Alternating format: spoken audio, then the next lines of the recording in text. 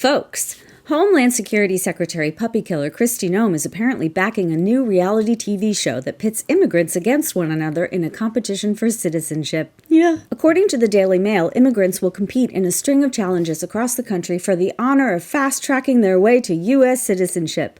Kind of like The Amazing Race, but more like trying to survive despite your race. The series is slated to be called The American, named after a train that contestants would travel on to the various destinations. The grand finale would be filmed on the steps of the U.S. Capitol, where the winner would be sworn in as a U.S. citizen. Hooray! The losers would be immediately carted off to a torture prison in El Salvador, never to be seen again. But that's okay, because all the racist viewers wouldn't have to feel bad as long as they keep rooting for the surviving animal. American citizen.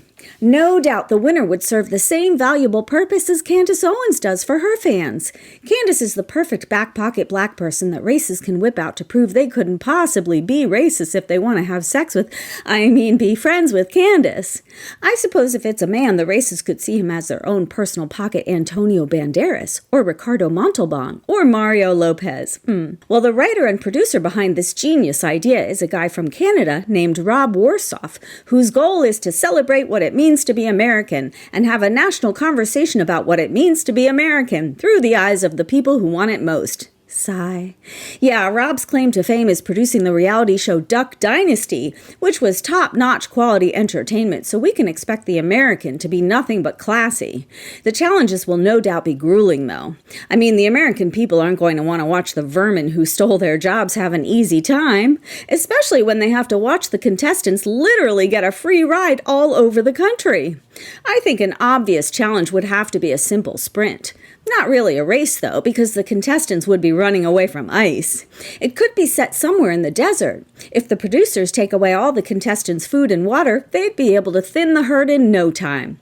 What else? Oh, they could send all the contestants out on a boat and see who can survive when it capsizes. There could be some of Greg Abbott's razor wire set up closer to shore to make it extra hard to make it to dry land. Of course, even just dropping contestants off in various locations with no money, no instructions, and minimal English would be mesmerizing for the migrant haters to watch. As soon as the baddies start to get really hungry, ratings would skyrocket. Puppy Killer would make a fabulous host. She'd wear a new costume in every episode, maybe even a new Rolex. We'd all get really used to Kristi's poorly blended barrel curl extensions and caterpillar eyelashes. You know it, folks. It's a blockbuster in the making. The only potential hitch is casting. I'm not sure migrants are going to turn out in droves to audition. Not when there's a good chance they'd all get deported if they didn't get a call back.